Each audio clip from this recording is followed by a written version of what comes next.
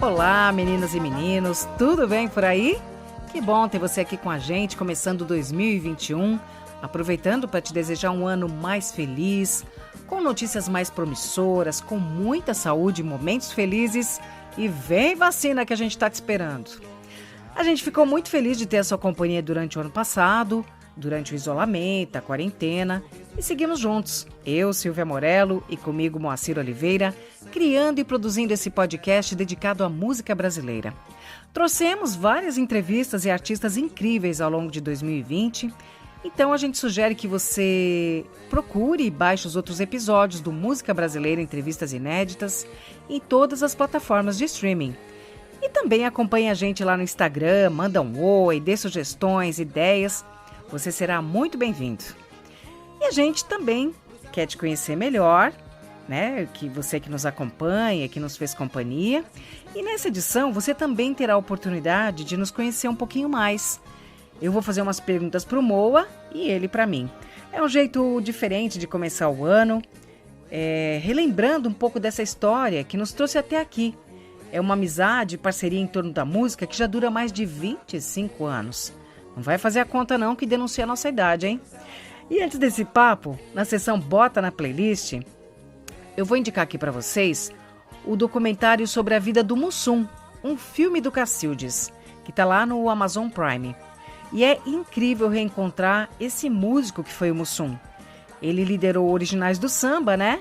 E claro, ele tinha aquela inegável veia cômica, né? A gente já lembra dos Trapalhões, mas muito antes disso, ele era um baita músico, cantor, liderava a banda, fizeram um baita sucesso até internacional.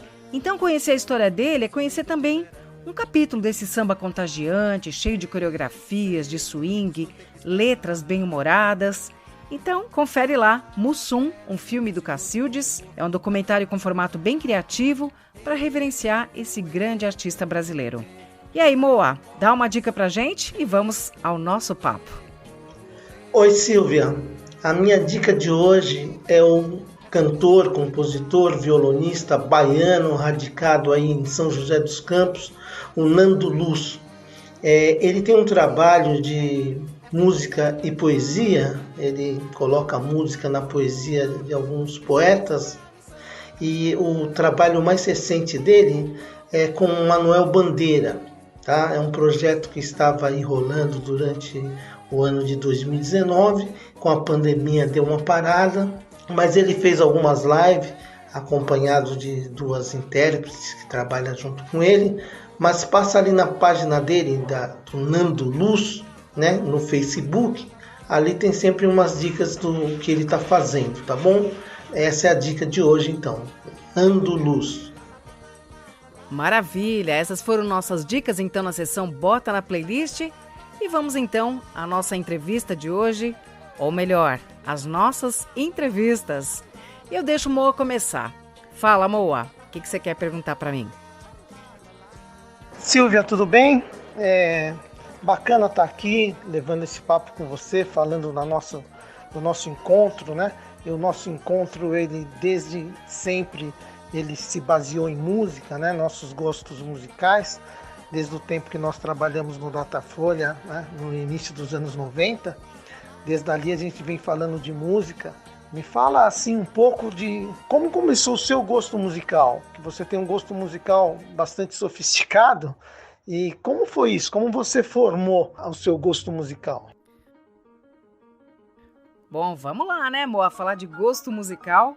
E aí você já disse que eu tenho um gosto sofisticado? Meu Deus, que responsa, hein? Sim, eu ouço muita coisa, né, e a gente foi aprendendo muito aí ao longo dessa história, e trabalhar em rádio e tudo isso, mas na verdade, assim, na minha família, a gente sempre tem que começar falando da família, né, a gente ouvia coisas bem engraçadas, né, meus pais ouviam muito aquelas músicas de orquestra, sabe, Ray Conniff, Paul Moriarty, ABBA.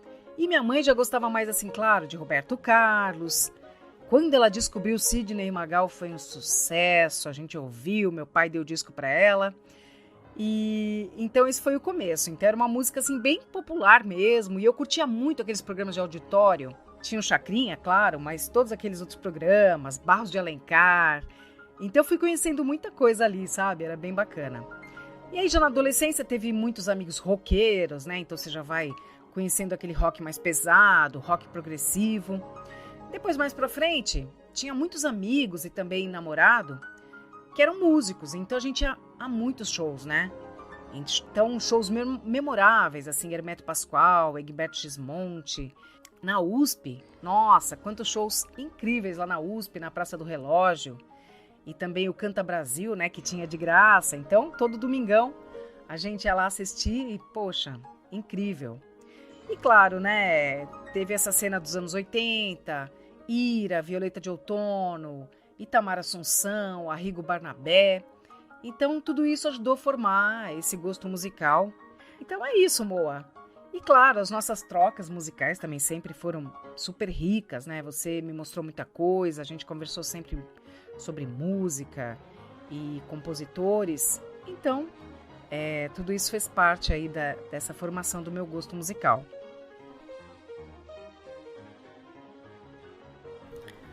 Bom, Mo, a gente nasceu nas bordas da cidade, né? Você na Zona Sul, eu na Zona Oeste, e cada um de nós teve uma formação diferente, experiências diversas. E eu queria saber também para você como é que foi essa descoberta dos bailes, os sons que tocavam nas rádios, né, que a gente ficava acompanhando. E então eu queria saber também como você formou o seu gosto musical. Então, Silvia, tudo isso começa, na verdade, com meu pai, né? Meu pai sempre trabalhou trabalho em prédio, né? Um trabalho bem simples, né? Tinha um salário lá, sempre salário muito baixo, mas ele sempre gostou de música e ele tinha uma vitrola de madeira bem legal, né? Dessas vitrolas de jacarandá, com rádio e tudo, com aqueles divisórios para colocar disco. Então ele tinha vários discos de 78 rotação, e esses discos eram da Dalva de Oliveira, era do Orlando Silva, né? Era do Francisco Alves, do Carlos Galhardo. Tinha muita gente assim, muito Luiz Gonzaga, né? Muito forró.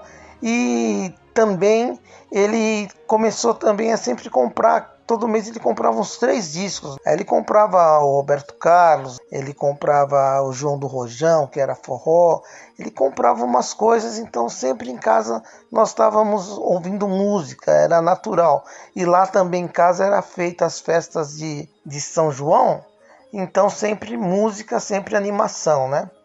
Agora, junto a isso, tem o rádio, né? Que minha mãe sempre fazia as coisas ouvindo rádio. Ela também gostava muito da Dalva de Oliveira, ela estava sempre cantando, né? E também tem o parque de diversão na periferia, que tem aqueles DJ, né? Que toca aquelas músicas, que a pessoa escolhe a música, dedica para outras pessoas, e ali sempre tinha novidade. Eu lembro que o primeiro Tim Maia que eu ouvi foi um desses DJs de parque de diversão que colocou para mim ouvir. Junto a isso também tinha o Itão, né?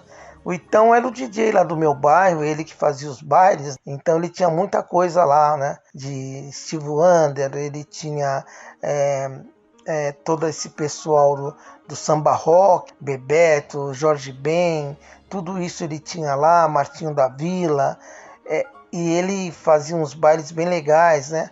Então usava soul music americana, black music, então também ajudou na formação. Na sequência disso, o meu irmão foi estudar em um colégio classe média ali, o colégio Vilalva, né? Que fica ali na estação Conceição do metrô, e ali ele já conheceu uma moçada e começou a curtir um rock. Então já começou a chegar em casa também com discos de rock. Aí já começou a curtir um rock, foi trabalhar, comprou um som novo, um estéreo e tal. Ele começou a trazer discos, né? Ele comprou um Garrad Gradiente, começou a trazer discos ali de rock. Aí eu comecei a ouvir rock, aí minha irmã se empolgou, começou a trazer também música popular brasileira, Maria Bethânia, Chico Buarque.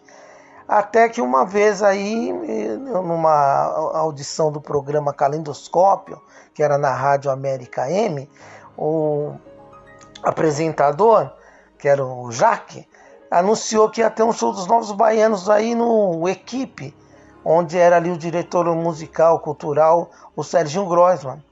Era um domingo à tarde, eu peguei e fui lá sozinho, né? Cheguei lá, além de ter o show dos Novos Baianos, também teve uma participação do Gilberto Gil. Aí pronto, aí foi o pacote completo para mim realmente me apaixonar pela música popular brasileira. Então isso que me deu a base de tudo. E foi essa experiência com a música brasileira que na verdade me abriu o mundo, né? Abriu minha cabeça, né?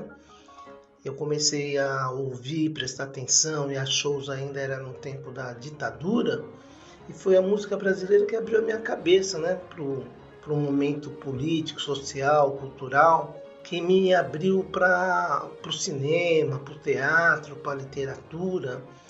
Então todas essas buscas que depois eu vir a fazer na minha vida se deu por conta da música. Então eu ouvia determinada música, tinha determinado comentário, via determinada entrevista ou fazia determinada entrevista e aquilo me levava a aprofundar nos assuntos. Então, graças à música também é que eu tive um conhecimento maior do nosso país, da nossa história, da nossa política, da nossa cultura. Isso é muito importante também. Uma música não precisa ser uma música de protesto, né? A música por si só, né? A música brasileira por si só, ela é tão rica, né? Ela é tão voltada à nossa história, ela conta tantas histórias que se você ouvir música brasileira dos anos 20 até hoje, você conhece a história do Brasil, você conhece a nossa história e essas nuances todas da nossa cultura, né? De raças e sociedade, né? Todas as nuances que formam a cultura brasileira.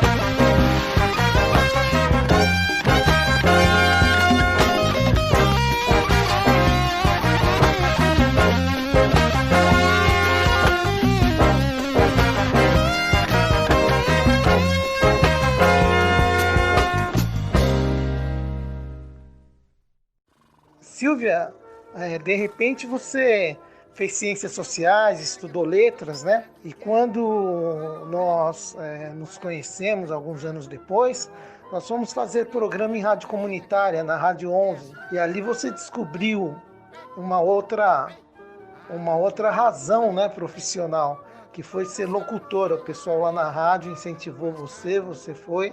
Conta um pouquinho para as pessoas entenderem como você se tornou locutora. Que bacana falar disso, Moa. É a descoberta do rádio. Eu, na verdade, assim, nunca pensei que eu fosse trabalhar em rádio. Isso nunca esteve nos meus planos de vida.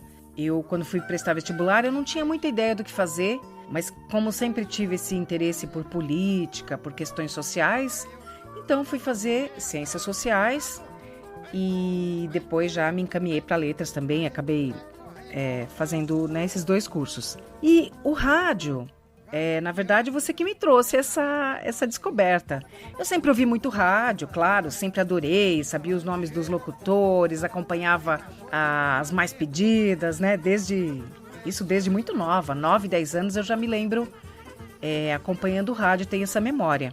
Mas você foi meu padrinho de rádio, né? A gente estava lá na Rádio 11, fazendo aquele programa bem mambembe, tocando vinil, gravando tudo nas fitinhas cassete. E aí o Emerson, que trabalhava lá, ele trabalhava também na Jovem Pan. E aí ele falou, poxa, mas você, né, você fala legal, você tem uma voz boa, bem colocada. Pô, já pensou em trabalhar em rádio? Eu falei, não, nem sei como é que é isso. Aí ele me indicou o curso do Senac e aí tudo rolou, né? E eu dei muita sorte mesmo, que assim que eu saí do curso de rádio, uns amigos nossos, eram 2 irmãos e eles trabalhavam no grupo CBS, que tinha um monte de rádios, né, do Paulo Abreu. E aí estava começando a Kiss, uma rádio experimental, eles estavam tentando formatar essa rádio com classic rock. E aí eu e a Luca, recém-saídas do curso, a gente não sabia operar uma mesa, cruas de tudo. E aí a gente teve essa oportunidade de colocar essa rádio no ar, com todas os defeitos, as deficiências que a gente tinha, a gente foi aprendendo ali na raça e foi muito bacana, né? Foi realmente a descoberta do rádio, desse meio fascinante, que depois se transformou então na minha profissão, que é o que eu faço até hoje. Então, eu tenho que publicamente te agradecer por ter me levado para o rádio, muito sem querer, né? A gente ali fazendo um programa numa rádio não convencional, né? Uma rádio alternativa, e foi uma forma então de mergulhar nesse universo. Então, obrigada, Moa. Bom, além das batalhas da vida, né? Você é um poeta, está sempre escrevendo, produtor cultural que promovia shows, eventos, também produziu a banda Moleque de Rua, entrevistou toda a MPB nos anos 80, 90. Então eu queria saber como tudo isso aconteceu na sua vida. Sobre essa questão, né, da poesia, da produção, né, isso tudo é assim, Silvia. Em primeiro lugar, como você mesmo disse aí, nós somos da periferia, mas temos formações diferentes. Então a minha formação, por exemplo, eu nunca fui de estudar muito, né? Mal fiz aí o colegial, então eu não fui adiante, mas eu sempre fui muito curioso e eu não gostava muito de estudar, mas a minha irmã comprou uma coleção de livros de português que ela gostava muito, e junto dessa coleção veio como brinde algumas biografias, né? E uma das biografias que veio foi a do Castro Alves. Aí por esse fato também volta essa questão da Bahia, de ser filho de baiano, ser sempre ligado nisso, de pessoas baianas e tal. Eu resolvi ler essa biografia e eu acho que aquilo me marcou bastante. Com o passar dos anos, né, eu fui me envolvendo mais com essa questão de audição de música, fui me envolvendo, até que quando chegou no início dos anos 80, eu fui estudar na Orquestra de Cordas do Sesc. E na Orquestra de Cordas do Sesc eu conheci lá um produtor, né? Que era o produtor do Sesc, né? O Marco. E comecei a andar com ele, né? Comecei a viajar com ele com a orquestra, né? Fazendo companhia, porque eu não tocava na orquestra oficialmente, mas ele me convidava para ir junto às apresentações da orquestra. E como ele era produtor, eu acho que vendo ele produzir coisas para o Sesc, aquilo me aguçou e eu acabei, junto com o pessoal do Jabaquara, naquela época estava a efervescência ali na Vila Madalena, né, do pessoal da nova geração da música paulista, tudo acontecendo ali. Eu achei que a gente do Jabaquara também deveria fazer alguma coisa. Então convoquei uns amigos lá da região, Marco Antônio Xavier, ator, né? O Roberto, artista plástico e fotógrafo, e o Rogério, que era guitarrista, o Wagner, né, que hoje é escultor, mas na época não era, mas deu uma maior força também. Eu convidei essas pessoas, né, e nós formamos o Tertúlia Jabaquara e fizemos uma produção lá, a primeira mostra de música do Jabaquara. Aí essa produção aí me animou, né? Nós fizemos um domingo todinho, uma tarde toda de música, dança, audiovisual, poesia. E foi sucesso, lotou, tinha várias bandas do pessoal da Vila Madalena, ali tocou, eram as primeiras apresentações, ali cantou a Vânia Bastos, né? Então teve muita coisa interessante lá e aquilo me estimulou. E aí durante uns anos eu fiquei tentando produzir mais coisas e tal, mas essa era um momento de muitas dificuldades. Até que um dia eu estava numa apresentação de uma peça de teatro chamada Marroeiro, e que o João Bá, né, querido João Bá, era um dos atores, e um casal lá de amigos me procuraram e falaram: você que fez a mostra de música do Jabaquara? Falei: foi sim. Pô, a gente assistiu lá, a gente está com um grupo de poesia lá no Jabaquara, aparece lá. Aí, como eu já tinha uns poemas, algumas coisas, eu apareci. E lá nesse momento ele já tinha um núcleo de poetas e a gente formou então o grupo Preto, Branco e Azul Também. Aí com esse grupo Preto, Branco e Azul Também nós desenvolvemos um trabalho de poesia, começamos a fazer um trabalho ali no Centro Cultural, depois por toda a cidade, em várias praças, bibliotecas, né? Fizemos um projeto bacana e isso desenvolveu esse lado da poesia. E junto desenvolveu o lado da produção. Daí nós criamos uma produtora, a produtora Tribos, e com essa produtora nós fizemos um lançamento bem bacana aí no Sesc Pompeia, que era o Preto, Branco, Azul Também, aos Trancos e Barrancos, com uma banda musical.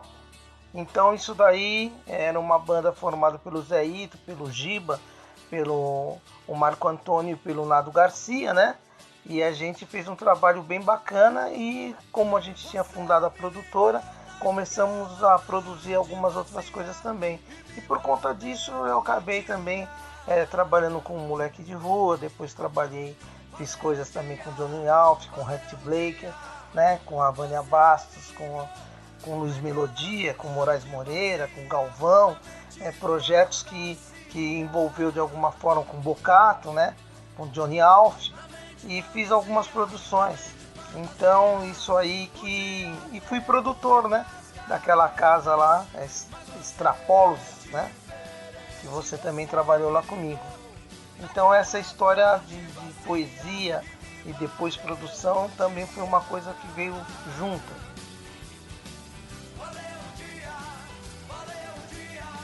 E sobre essa questão das entrevistas, né, que com o tempo foram rolando, isso surgiu de pura tietagem, né?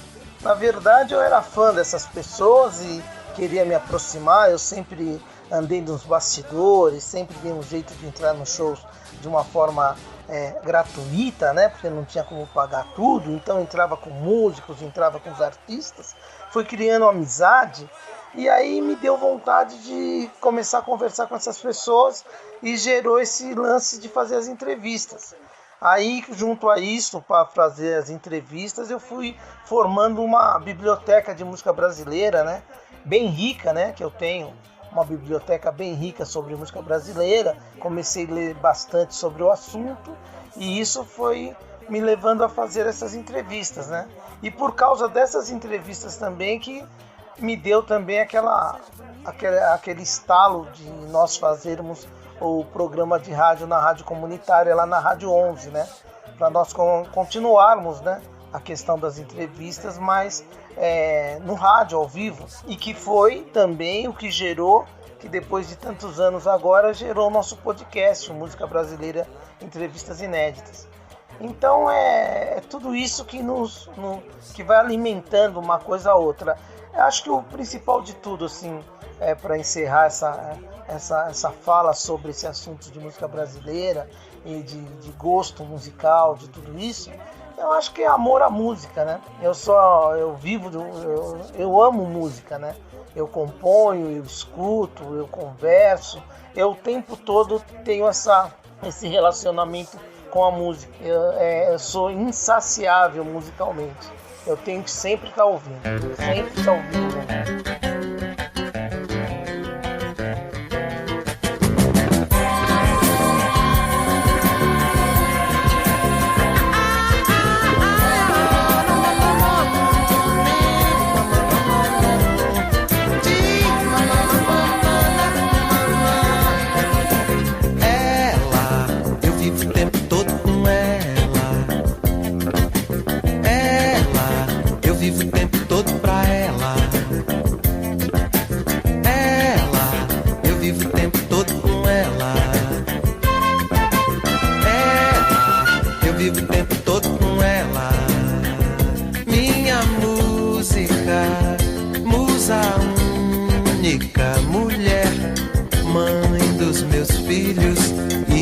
De amor, cada ilha um farol no mar da Procela. Ela que me faz um navegador. Ela que me faz um navegador. Sobretudo ela que me faz um navegador. Ela que me faz um navegador.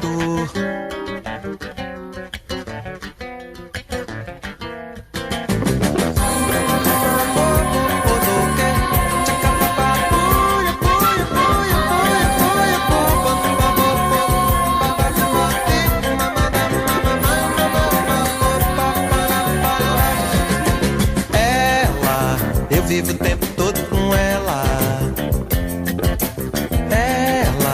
Eu vivo o tempo todo pra ela.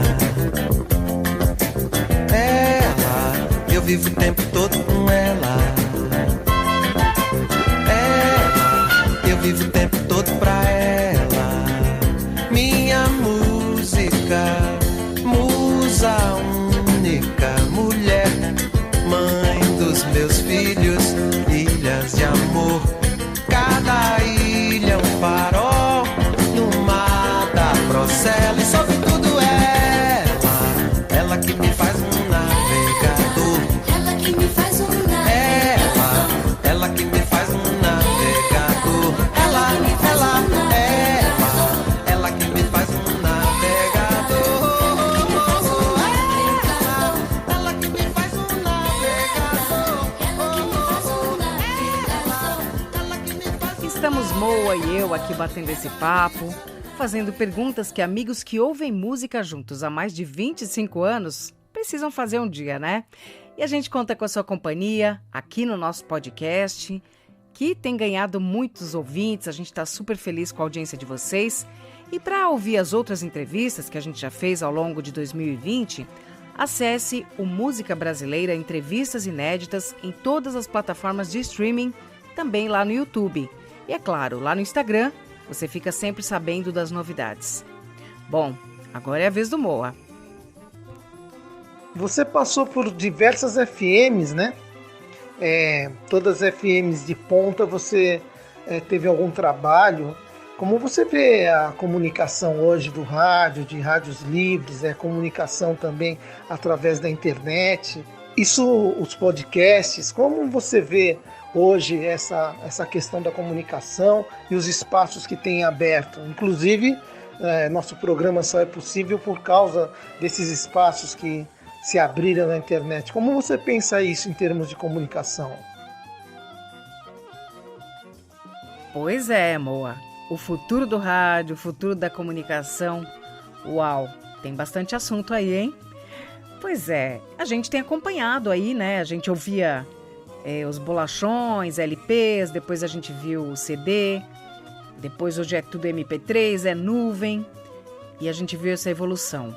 A gente viu também, né, o rádio, depois a TV, depois a internet, e assim as coisas vão se sucedendo e vão convivendo. As coisas não se substituem, eu acho, né? Assim como eu acredito que o rádio vai continuar, ele é aquela companhia, né? Às vezes o pessoal fala, mas hoje eu ouço música, quantas músicas eu quiser, faço minhas playlists, sem comercial, sem nada, do jeito que eu quiser. Mas vamos pensar que o rádio, muito mais do que isso, ele é uma companhia. E ele tem aquela rapidez da informação que acho que nenhum meio chegou até hoje. Por mais que a internet seja rápida, se você for colocar algum conteúdo lá, você vai digitar. Você vai ter que editar, você vai ter que nomear para subir o conteúdo. E o rádio é ali, é automático, é essa coisa incrível do instantâneo acontecendo ali, ao vivo, né? Com todas as suas vantagens e desvantagens disso. Então eu vejo assim, as coisas vão convivendo, mas realmente a internet tomou uma grandeza, uma proporção que a gente não tem como negar que isso tomou conta muito rápido. E vejo isso também pelo lado bacana, que é a coisa democrática.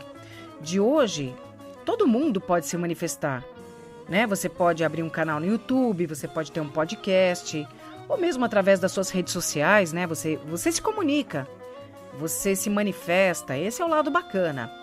Claro que com isso também vem as fake news, vem as mentiras, pode vir também, né, propagação de ódio, de preconceito, informações e comunicações que não são muito bacanas e que não têm realmente uma relevância. Mas eu vejo, né, a gente tem que ver pelo lado positivo, que é isso, é o lado democrático, várias vozes que antes não tinham espaço, hoje você tem como se manifestar, você tem como mostrar o seu trabalho, até artistas, né? Um músico, hoje ele pode expor seu trabalho, a sua música através de um canal, através das suas redes sociais. Então eu vejo dessa forma, eu acho que as coisas vão convivendo, mas a gente tem que migrar para a internet e em tudo que ela pode nos oferecer de bom e aproveitar isso da melhor forma, assim como a gente tem feito aqui, né? Nosso podcast é uma forma de tentar oferecer um conteúdo, o que a gente aprendeu, o que a gente acredita que seja bacana de compartilhar com vocês. A nossa grande curtição nos anos 90, quando a gente trabalhava juntos, a época que a gente se conheceu, eram aquelas baciadas maravilhosas de LPs, porque o CD tinha dominado, né? E as bolachonas estavam ali vendidas às dúzias. Então a gente saía para garimpar nos sebos, nas lojas ali no centro. E, bom, eu até hoje tenho um monte de LPs por aqui, então queria saber como você vê essa mudança de formatos, essas novas formas de ouvir música. Você acha que vai ficar tudo cada vez mais descartável, mais rápido? Como é que você percebe essa trajetória das formas de ouvir música?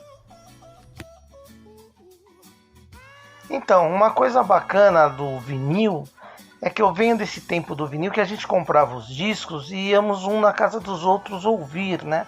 Minha casa era praticamente um centro cultural, né?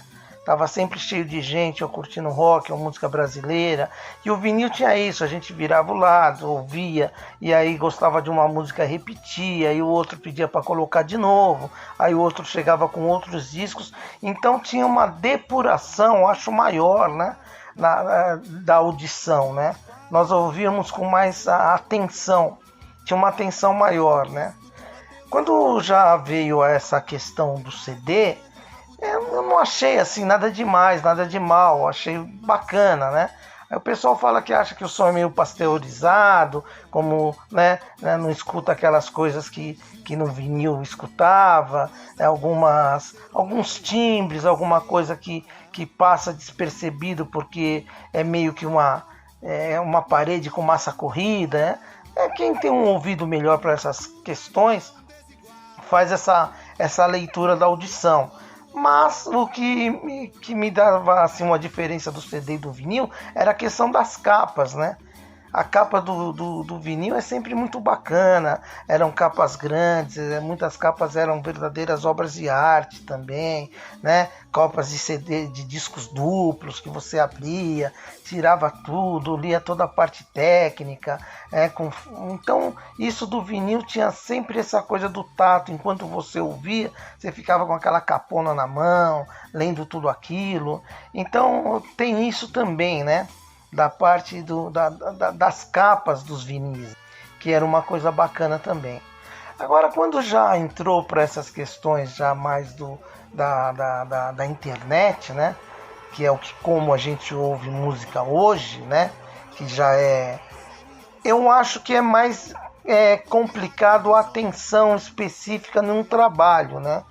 Apesar que eu tenho ouvido muito discos inteiros praticamente, que eu nunca nem tinha ouvido na vida, e discos interessantes de música brasileira ou de jazz, que eu também escuto muito jazz, que eu escuto inteiro. Às vezes corta, vem propaganda e tal, mas eu tento escutar inteiro, eu não procuro não ficar pulando.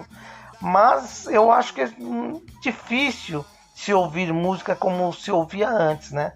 Principalmente para as novas gerações, eu acho que gerou atualmente uma impaciência, né?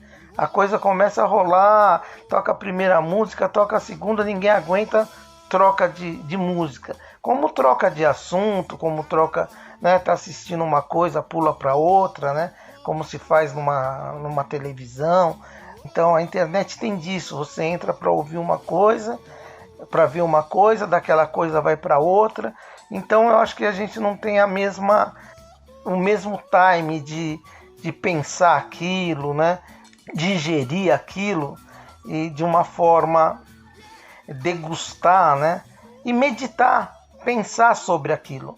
Então acho que a música assim dificilmente vai conseguir assim esse caminho novamente. Eu acho que vai ser sempre mais essa coisa picada, e isso na minha opinião assim acho que às vezes é uma perda, porque tem coisa muito boa que as pessoas não vão ter nem a oportunidade de ouvir, né? Eu mesmo acho que muitas vezes deixo de ouvir algumas coisas porque não tenho paciência e pulo para outra, e aí coisas novas principalmente, eu pulo, vou para um outro trecho para ver melhor. Então acho que nunca mais vai se ouvir música dessa forma mais concentrada na música.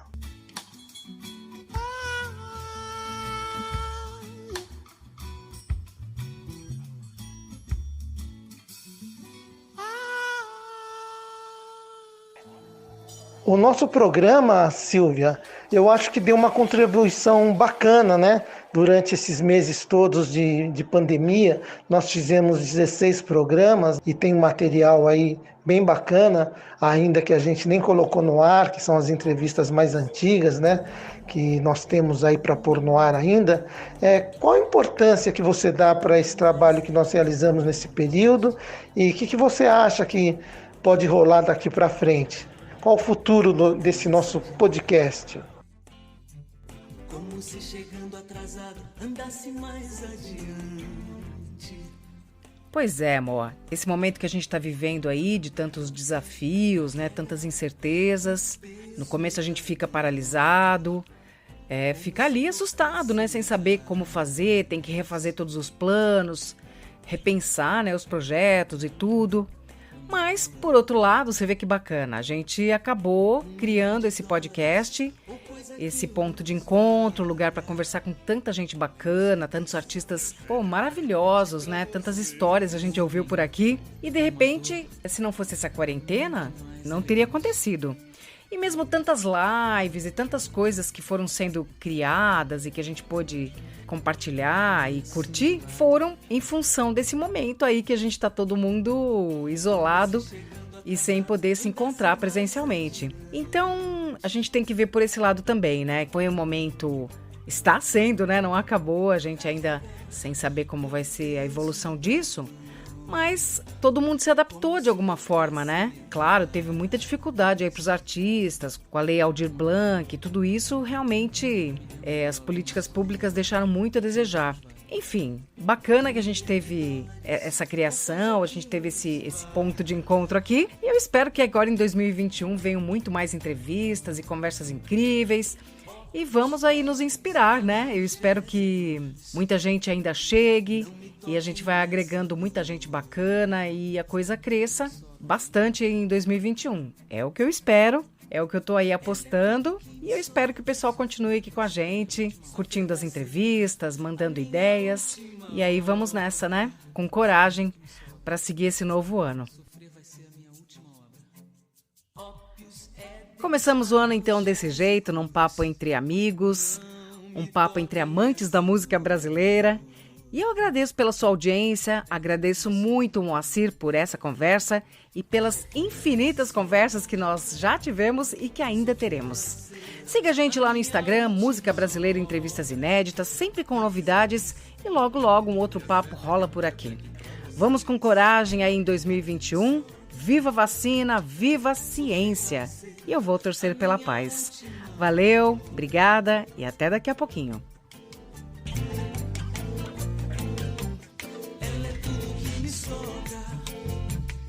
Sofrer vai ser a minha última hora. Ela é tudo que me sobra. Viver vai ser a nossa última hora.